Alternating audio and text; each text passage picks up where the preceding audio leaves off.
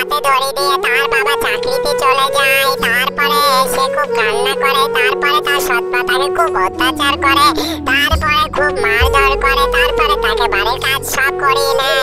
তবে তাকে কিছু খেতে দেয় না, তার সৎ মা দেখে দেখে খেয়ে নেয়। তারপরে সৎ মা তার বাবার সাথে কথা বলছে, তখন তাকে পুরো কাজ করিয়ে নেয়।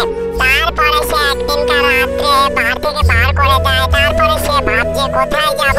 তারপরে তার সৎ মা তার বাবার সাথে কথা বলছে, তোমার ছেলে খুব ভালো আছে, আমার কাছে আছে। তারপরে সে সন্তানটা চিঠি লিখে তার বাবার কাছে, তারপরে সে চিঠি খামটা তার বক্সের ভেতর দিয়ে দেয়।